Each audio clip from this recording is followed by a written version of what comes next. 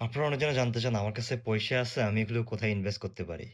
So আজকে video হচ্ছে আপনার স্টক মার্কেটে কেন মানুষ টাকা লুজ করে এবং ওভারঅল ইকোনমি কেমনে কাজ করে। এই ২ টা জিনিস যদি আপনি ভালোমতো বুঝেন, আপনি এই কোয়েশ্চেন আর জীবনেও কাউকে জিজ্ঞাসা করবেন না, আমি কোথায় টাকা ইনভেস্ট করতে পারি। So it could be bit long video, but it's a beneficial in a long run আপনি যদি ওভারঅল ইকোনমি এবং ইনভেস্টমেন্ট বুঝতে চান, ঠিক আছে? আর একটা কথা বলে রাখি, আমার এই ভিডিও দেখে যদি কেউ ইনভেস্ট করেন, আপনারা 100 এ 100% টাকা লুজ করবেন। সো আমার কথা শুনে ইনভেস্ট করবেন না। আমি এখানে বলতেছি ইকোনমিটা কিভাবে কাজ করে, আর কেন মানুষ স্টক মার্কেট বা ক্রিপ্টো মার্কেটে টাকা লুজ করছে ডিউরিং কোভিড এর সময়। Excuse me. সো জেনারেলি আপনার স্টক মার্কেট হচ্ছে লিডিং ইকোনমি। স্টক মার্কেট আপনার ইকোনমিকে লিড করে। আপনি স্টক মার্কেট গেস করতে পারে 6 মান্থ আগে ইকোনমিতে কি ঘটবে। সো আপনারা অনেকজনে দেখা যায় যে ক্যাশ টাকা আছে আপনাদের, ইনভেস্ট করছেন অথবা আগে কোভিডের সময় একবার করছেন। কোভিডের সময় কাহিনীটা বলি, কোভিডের সময় যে জিনিসটা হইছে, কারণ মানুষে ফার্লো পাইছে, বাউন্স ব্যাক লোন পাইছে, মানুষজন টাকা কোথায় রাখবে, কোথায় ইনভেস্ট করবে বুঝতেছে না কেউ। সো যে যেভাবে পারছে সবাই মিলে ক্রিপ্টো কিনছে। সো স্টক মার্কেট বা ইকোনমি হচ্ছে আপনার বেলুনের মতো। এই বেলুনের ভিতরে আপনি যত টাকা পাম্পিং করেন, যেটা আমরা বলি ইকোনমিক্সের ভাষায় আপনার কোয়ান্টিটিভ ইজিং, মানে হচ্ছে আপনি ইকোনমিতে টাকা সাপ্লাই বেশি। এগুলোর পরে আসতেছে, এগুলোর টার্মসগুলো আপনারা প্লেন বাংলায় বলতেছি, বুঝতে ইজি হবে। সো তখন কোভিডের সময় যে জিনিসটা হয়েছিল, সবাই মিলে টাকা ইনভেস্ট করছে। এই বেলুনের ভিতরে সবাই মিলে টাকা পাম্প করছে। সো বেলুনের ভিতরে টাকা পাম্পিং করার কারণে এই বেলুনটা বাস্ট হয়েছে ইয়ার সময়, আপনার কোভিডের সময়। আর দেখা গেছে যে মানুষজনের কাছে তখন ইকোনমিতে টাকা সাপ্লাই বেশি ছিল। মানে কি সরকার মানুষজনকে টাকা দিছে, পয়সা দিছে। মানুষ ঘরে বসে ছিল, মানুষের কোনো কাজ ছিল না, মানুষ বুঝতেছে না কি করবে, তার হাতে কোনো অপশন নাই, বিজনেস খুলতে গেলেও রিস্ক আছে। কোভিডের সময় সে কাস্টমার পায় কি না পায়। সো যার কারণে সবাই মিলে বেলুনের ভিতর টাকা পাম্পিং করছে। পাম্পিং করার কারণে ক্রিপ্টো মার্কেট ক্র্যাশ করছে। যদিও এটা একটু উঠছে, উঠে আবার পড়ছে এখন। বিটকয়েন ছাড়া অন্যান্য ওল্ড কয়েন একটাও আপনার উঠতে পারে নাই আর। সো যার কারণে দেখা গেছে যে আপনার এই মানুষজন অনেকজনে হোপ লুজ করছে পরে ক্রিপ্টোর উপরে, অ্যাম ওভারঅল স্টক মার্কেটের উপরে। সো স্টক মার্কেট আর ক্রিপ্টো ইজ নট সেম। আপনার মানে ক্রিপ্টোতে এখনো তারা কোনো প্রফিট মেক করে না। আপনার কোনো ওল্ড কয়েন বলেন, নিউ কয়েন বলেন, এগুলো জাস্ট আসে মার্কেটে, আপনার টাকা কিছু পাম্প হয় বেলুনের মতো, পাম্প হওয়ার পর বাস্ট হওয়ার পরে দে গন। সো এখন আপনি এই যে যারা টাকাগুলো লস করছেন, হয়তো কারো বাউন্স ব্যাক লোন ছিল, এখানে আপনি ইনভেস্ট করছেন। তারপর হচ্ছে গিয়ে ইভেন আপনি দেখছেন কোভিডের সময় কিন্তু কোভিডের ইমিডিয়েট পরেই কিন্তু বাড়িঘরের দাম বেড়ে গেছে। কারণটা হচ্ছে মানুষের কাছে হিউজ সেভিং ছিল, যারা ঘরে বসে কাজ করছে, লিকুইডিটি ছিল এবং বাউন্স ব্যাক লোনটাও মার্কেটের মধ্যে মুভ করছে এদিক সেদিক। যার কারণে দেখা গেছে ওভারঅল ইকোনমির উপরে আপনার একটা প্রেশার পড়ছে। দেখা গেছে টাকার সাপ্লাই বেড়ে গেছে। টাকার সাপ্লাই মানে কি? মানে ইন্টারেস্ট রেট খুব লো ছিল। ইন্টারেস্ট রেট লো থাকলে আমরা বলি যে কোয়ান্টিটেটিভ ইজিং, মানে হচ্ছে আপনার ইকোনমিক্সের ভাষায় কোয়ান্টিটিভ ইজিং মানে মানি সাপ্লাই আপনার বেশি ইকোনমিতে। আর কোয়ান্টিটিভ টাইটিং হচ্ছে ইকোনমির থেকে টাকা বের করা। ইকোনমির থেকে টাকা বের করার মানেটা কি? এটা প্লেন বাংলায় হচ্ছে আপনি যখন ইন্টারেস্ট রেট বাড়ায় দিবেন, তখন ইকোনমির থেকে মানুষ টা বলে যে ব্যাংক টাকা বের করতেছে। মানে কি? আপনার যখন ইন্টারেস্ট রেট বেড়ে যাবে, আপনি টাকা হাওলাত নিবেন না। তখন আপনার ইকোনমি ছোট হয়ে যাবে, আপনি বিজনেস ওপেন করবেন না। এমপ্লয়মেন্ট হবে না, মানুষজনের পকেটে টাকা থাকবে না। মানুষজন একটা বিজনেসের সাথে ১০ টা বিজনেস জড়িত। আপনি যদি একটা রেস্টুরেন্ট ওপেন করেন, সেটার সাথে আরো ১০ টা বিজনেস জড়িত। মনে করেন তার বিজনেস হবে, হোলসেলের বিজনেস হবে, মিটের বিজনেস হবে, ফার্নিচারের বিজনেস হবে। সো অনেকগুলো বিজনেস একটা বিজনেসের সাথে জড়িত থাকে। সো একটা বিজনেস ওপেন না হলে ১০ টা বিজনেসের মধ্যে এফেক্ট পড়ে। এজন্য বলে একটা বিজনেস কলাপস হলে আশেপাশে যত বিজনেস থাকে সবগুলো কলাপস হওয়ার চান্স থাকে। চাইতেছেন টাকা ইনভেস্ট করতে। টাকা ইনভেস্ট করার মধ্যে হচ্ছে আপনার বেস্ট হচ্ছে অলওয়েজ আপনার প্রপার্টিতে ইনভেস্ট করা। কারণটা হচ্ছে কি, আপনার প্রপার্টির আপনার একটা ভ্যালু আছে। আপনি যদি প্রপার্টিও পড়ে না যে তা না। কারণ আপনার ইকোনমি যখন ক্র্যাশ করে সবকিছুই ক্র্যাশ করে। প্রপার্টিও ক্র্যাশ করে, স্টক মার্কেটও ক্র্যাশ করে, ক্রিপ্টো মার্কেটও ক্র্যাশ করে। আর মনে করেন যে আপনার স্টক মার্কেট অ্যা ক্র্যাশ করার অনেকগুলো সাইন। তার মধ্যে ওভারঅল একটা হচ্ছে সাইন, আপনার already stock market all time high. আপনার দেখা গেছে যে অ্যাম স্টক মার্কেটে যেটুক যাওয়ার কথা তার চাইতে আরো অতিরিক্ত উপরের দিকে চলে গেছে। সো এখন এটার নিচে নামাইতে হবে। কারণ আপনি দেখেন ইকোনমিতে যদি সম্পদের সাপ্লাই যদি এটুক থাকে, আ আর টাকার সাপ্লাই যদি এটুক থাকে।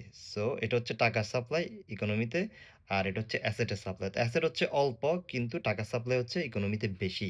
সো এখন এই ২ টা যদি আপনি ব্যালেন্স না করেন, টাকার কিন্তু মূল্য থাকবে না। সো টাকা যদি স ইকোনমিতে বেশি সাপ্লাই থাকে কিন্তু সম্পদের সাপ্লাই কম থাকে, অ্যাসেট সাপ্লাই যদি কম থাকে, তাহলে যে জিনিসটা হবে আপনার অ্যাসেটের দাম বেড়ে যাবে। এখন অ্যাসেটের সাপ্লাই হচ্ছে বেশি কিন্তু টাকা প্রিন্ট করছে সরকারের বেশি। টাকা এই পর্যায়ে ইকোনমিতে। সো এখন এই ২ টারে ব্যালেন্স করা লাগবে অথবা কাছাকাছি আনতে হবে। কাছাকাছি আনতে হলে আপনার যে জিনিসটা করতে হবে, মার্কেট ক্র্যাশ করা লাগবে। ইটস নট এ ব্যাড সবার জন্য যে মার্কেট ক্র্যাশ হইতেছে, বাট ওভারঅল ইকোনমির জন্য গুড। কারণ মার্কেট ক্র্যাশ হলে ইকোনমি একটা ব্যালেন্স হবে। কারণ ইকোনমি এখন টাকা হচ্ছে এই জায়গাতে আর অ্যাসেট হচ্ছে এখানে। সো অ্যাসেট আর টাকার যদি ব্যালেন্স আনতে হয় তাহলে ইকোনমি ক্র্যাশ করা লাগবে।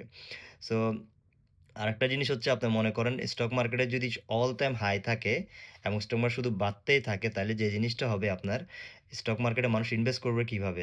দেখা গেল Tesla র স্টক বাড়তে এটা অনেক উপরের দিকে চলে গেছে আপনার।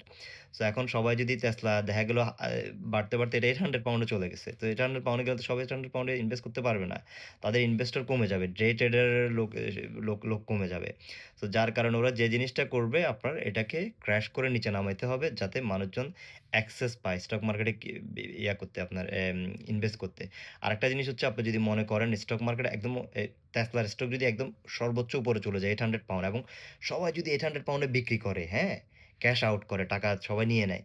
তাহলে কোম্পানির কি অবস্থা হবে? কোম্পানির তো কোনো পয়সা থাকবে না। কোম্পানি তো আপনার ইনভেস্ট করতে কোম্পানি তো তার যে রিসার্চ প্রোগ্রাম, তারপরে যে তার ডেভেলপমেন্ট প্রোগ্রাম ওগুলোতে সে ইনভেস্ট করতে পারবে না। তো এখন আপনি মনে করেন Tesla র স্টক বাড়তে 800 পাউন্ডে চলে গেছে। তো সবাই মিলে এখন একসাথে যদি বিক্রি করেন তাহলে আপনি চিন্তা করেন আপনি কোম্পানি টাকা দিতে কোম্পানির কাছে টাকা থাকবে আর ইনভেস্টমেন্ট করার জন্য? না। সো এটা হচ্ছে স্টক মার্কেটের থিওরি। আপনার একটা সার্টেন টাইমের পরে স্টক মার্কেট পড়তে হবে। সো জেনারেলি আপনার দেখা যায় যে আপনার যারা ইনভেস্ট করে, নিউ ইনভেস্টর আসে তারা সবসময় অল্প দামি স্টকগুলোতে ইনভেস্ট করে। লেস দ্যান 5 পাউন্ড যেগুলার প্রাইস, সো ওগুলাতে ইনভেস্ট করে। তো ওগুলাতে ইনভেস্ট করলে কি হয়? ওগুলো আসলে মার্কেটে আসার ধান্দা করে আপনার দেখা যায় ইনভেস্ট করে এই মানুষ থেকে টাকা কালেক্ট করে। করার পরে এরা আবার এটারে রিভার্স স্প্লিট করে। Reverse split is a different topics but আমি বলি আপনারা গুগলে সার্চ করেন বাট এটা পুরোটা বলতে গেলে অনেক টাইম লাগবে। রিভার্স স্প্লিট করে আপনার স্টক মার্কেটের প্রাইস রিডিউস করে। ওরা লিকুইডিটি নিয়ে ভাগে। মোস্ট অফ দেম ছোট স্টকের ক্ষেত্রে এটা হয়। বাট কিছু উঠে। যেমন ধরেন ফর এক্সাম্পল আপনারা অনেকজনে জানেন BlackBerry, Nokia র কি হয়েছিল মনে আছে? সবাই ভাবছিল যে BlackBerry উঠতেই থাকবে, BlackBerry, Nokia এগুলো উঠতেই থাকবে সারা জীবন মার্কেট ইয়া করবে। না।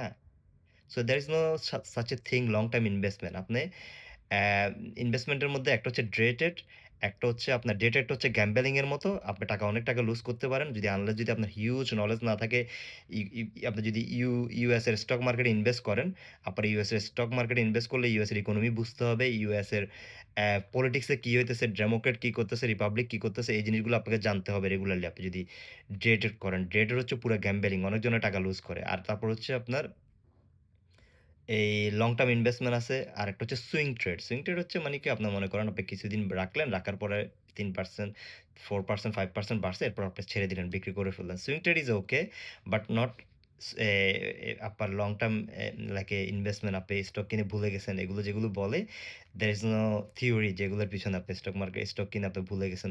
স্টক মার্কেট তো প্রতি 15 বছর আপনি যদি গ্রাফস দেখেন প্রতি 15 বছর 10 বছর পর ক্র্যাশ হয়। সো যেমন Nokia আর উঠতে পারে নাই। যারা Nokia র সময় অনেক টাকা ইনভেস্ট করছে, Nokia মনে করেন যারা একদম হাইপ এ কিনছে মনে করেন একদম অ্যা ওভারঅল অনেক টপ প্রাইস এ কিনছে Nokia বা তারপর হচ্ছে আপনার BlackBerry এই স্টকগুলো আর উঠতে পারে নাই। সো মনে করেন অনেক স্টক আবার নেক্সট টাইম যখন কলাপস করবে অনেক ভালো স্টক এগুলো আর উঠতে পারবে না। সো এখন আপনি মনে করেন যে এইজন্যই বলি যে প্রপার্টি হচ্ছে এমন একটা জিনিস, এটার একটা ল্যান্ড ভ্যালু আছে। আপনি যদি প্রপার্টি মার্কেটেও পড়লে আপনি বিক্রি করার দরকার নাই। যখন বাড়বে তখন আপনি বিক্রি করবেন। কিন্তু আপনার একটা অ্যাসেট আছে। ঘর আছে, ইট আছে, একটা ল্যান্ড আছে।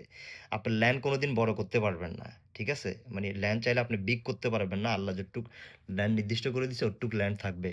কিন্তু স্টক মার্কেটে আপনার হচ্ছে আপনি কোন পেপার মানি কাগজ ছাড়া এটার কোন ভ্যালু আপনি চোখে দেখতেছেন না। আনলেস আপনি যদি আ মনে করেন যে মিরাক্কেল ঘটে আপনি মনে করেন রাইট টাইমে ক্লিক করছেন। ইটস ভেরি হাইলি আনলাইকলি অনেক লোকজনে পারে। অ্যা সুপার ইন্টেলিজেন্ট হইলে অথবা গ্রাফস বুঝে তাইলে এগুলো হচ্ছে ডিফারেন্ট। আর যখন পড়ে সবকিছু একসাথে পড়ে। যখন উঠে সবকিছু একসাথে উঠে। স্টক মার্কেট উঠলেও প্রপার্টি মার্কেট উঠবে। আর আরেকটা জিনিস হচ্ছে আপনার যখন ইন্টারেস্ট রেট অনেক লো থাকে তখন আপনার মানুষজন স্টক কিনে বেশি। কারণ ব্যাংকগুলো ইন্টারেস্ট রেট লো থাকলে টাকা করে। সো ব্যাংকগুলো আপনার হচ্ছে বিগ ইনভেস্টর। তারা যদি ইনভেস্ট করে হিউজলি একটা স্টক স্টকের উপরে, তখন আপনার এই স্টকগুলো উঠে। সো এর জন্য আপনি দেখবেন যখন ইন্টারেস্ট রেট লো ছিল তখন স্টক মার্কেট শুধু উপরের দিকে গেছে, যাইতেছিল, যাইতেছিল। এখন আস্তে, আস্তে আপনার ইন্টারেস্ট রেট বাড়ছে। বাড়ার পরে এখন যে জিনিসটা হইছে, আপনার স্টক মার্কেট পড়ছে, কিছু স্টক উঠছে, সবগুলো উঠে নাই। এখন আরেকটা জিনিস সমস্যাটা কি, আপনার আনএমপ্লয়মেন্ট রেট অনেক হাই এখন ইউকেতে, ইভেন আমেরিকাতে আপনি যদি চেক করেন। সো আনএমপ্লয়মেন্ট হাই হইলে মানুষজনের কাছে টাকা থাকে না, ইনভেস্টররা ইনভেস্ট করতে পারে না। কারণ আনএমপ্লয়মেন্ট হলে অনেক সমস্যা হয়। আশেপাশের বিজনেসগুলো চলে না, যেগুলোতে আপনার এমপ্লয়ি থাকলে আপনার মানুষজন খাইলো, তারপর টেক ওয়ে নিলো, ওভারঅল একটা ইকোনমিতে গ্রো করলো। সো এই আনএমপ্লয়মেন্ট একটা বিশাল ইস্যু, কারণ এটা আরো বাড়বে, কারণ ইউকেতে বাড়ছে, ইউকেতে মিনিমাম ওয়েজেস বাড়ছে, যার কারণে আপনার দেখা গেছে যে কোম্পানিগুলো অনেক স্ট্রাগল করতেছে। যদি আমরা অ্যাকাউন্টিংয়ে কাজ করি, আমরা দেখি যে আসলে কোম্পানিগুলো কিভাবে স্ট্রাগল করতেছে মানুষজনকে পে করতে। বেশিরভাগই দেখা যায় এখন ক্যাশ ইন হ্যান্ডে মানুষজনকে এমপ্লয় রাখতেছে, কারণ পিওয়াই থ্রুতে গেলে আপনার অনেক টাকা তাদেরকে পে করতে হয়। তো দেখা গেছে যে যার কারণে আপনার আনএমপ্লয়মেন্ট রেট অনেক হাই। আর ইউকের ইকোনমি হচ্ছে আপনার টাকা বিক্রি করা। সো আপনার যখন রিসেশন শুরু হয় তখন কিন্তু টাকা পয়সা মানুষজন খুব একটা কিনে না। তো যার কারণে যারা আপনার সার্ভিস বেস ইকোনমি, তাদের ক্ষেত্রে বেশি এফেক্ট পড়ে আপনার যখন রিসেশন শুরু হয়। তো যার কারণে দেখা গেছে যে আপনি যদি অ্যা ইনভেস্ট করেন, এই জিনিসগুলো মাথায় রাখতে হবে। আর আরেকটা জিনিস হচ্ছে আপনার আপনি যদি সবসময় ইনভেস্ট করেন, তাহলে আপনাকে সবসময় ইউএস এর মার্কেটেই ইনভেস্ট করলে, ইউএস এর স্টক কিনলে অবশ্যই আপনাকে খেয়াল রাখতে হবে ইউএস এর ইকোনমি কি হইতেছে, ইউএস এর পলিটিক্সে কি হইতেছে, এই জিনিসগুলো আপনাকে জানা লাগবে। আপনি যে সুইং ট্রেড করেন, লং ট্রেড, আপনার কি বলে, আপনার মনে করেন যে লং ট্রেডের এরকম কোনো ডেফিনিশন নাই যে আপনি লং ট্রেড করছেন অথবা অ্যাম আপনার ইনভেস্টমেন্ট করে আপনি আর ভুলে গেছেন না, এরকম কোনো থিওরি নাই। কারণ আপনি এরকম থিওরি হচ্ছে যেরকম মনে করেন যে BlackBerry-র উদাহরণ দেখেন, Nokia-র উদাহরণ দেখেন যে জিনিসগুলো ঘটছে। সো এইজন্য আপনার সেফ ইনভেস্টমেন্ট করা ভালো। আবার অনেক সময় ইসলামিক ইটিএফ আছে। আপনি ইসলামিক ইটিএফ গুলো দেখতে পারেন। এগুলো হচ্ছে আপনার HSBC ইসলামিক ইটিএফ, তারপরে যে ইটিএফ হচ্ছে বাস্কেট অফ, আপনার মনে করেন অনেকগুলো স্টক, আপনি ইন্ডেক্স ফান্ড ইটিএফ এগুলো দেখতে পারেন ইসলামিক গুলো। আর অথবা ইসলামিক ব্যাংকগুলোতে আপনি পয়সা রাখতে পারেন ইউকেতে। ইউকেতে আপনার ব্যাংক যদি বাস্ট হয়, আপনার কারেন্ট অনুসারে 85,000 এর মতো আপনার ফেরত দিবে। যদি আপনি কয়েকটা ব্যাংকে টাকা রাখেন, তাহলে আপনার বাস্ট হইলেও কোনো ঝামেলা নাই। অনেক ভালো রিটার্ন দেয়। আপনার 4% পর্যন্ত এখন কারেন্ট রিটার্ন আছে অনেক ইসলামিক ব্যাংকে, এগুলোও দেখতে পারেন। বাট আমার কথা শুনে কোনো ইনভেস্ট করবেন না। ইনভেস্ট করলে সব টাকা আপনি লুজ করতে পারেন। ইকোনমিতে এখন যে জিনিসটা হচ্ছে, এখন আমরা কোন পর্যায়ে আছি? আমরা এমন একটা পর্যায়ে পৌঁছেছি, আমরা হচ্ছে এদেশের গভর্নমেন্টে টাকা বিক্রি করতে পারতেছে না। কারণ ইন্টারেস্ট রেট অনেক হাই। সো আনএমপ্লয়মেন্টটা অনেক হাই। আনএমপ্লয়মেন্ট হওয়ার কারণে আরো আনএমপ্লয়মেন্ট বাড়বে। ইউএসএ তেও বাড়ছে, ইউকে তেও বাড়বে। আর ইকোনমি ওভারঅল ক্র্যাশ হওয়ার চান্স খুবই বেশি আপনার মোস্ট লাইকলি। কারণ আমরা এখন বাবলের মধ্যে বসবাস করতেছি। বেলুন ইকোনমিটা হচ্ছে পুরা বেলুন। বেলুনের মধ্যে আমরা অনেক টাকা পাম্প করছি কোভিডের সময়। এই টাকা এগুলো এখন বাস্ট হবে। বাস্ট হওয়ার কারণেই আপনার ওভারঅল সবকিছু ক্র্যাশ করবে। Hope that help, and thanks for watching.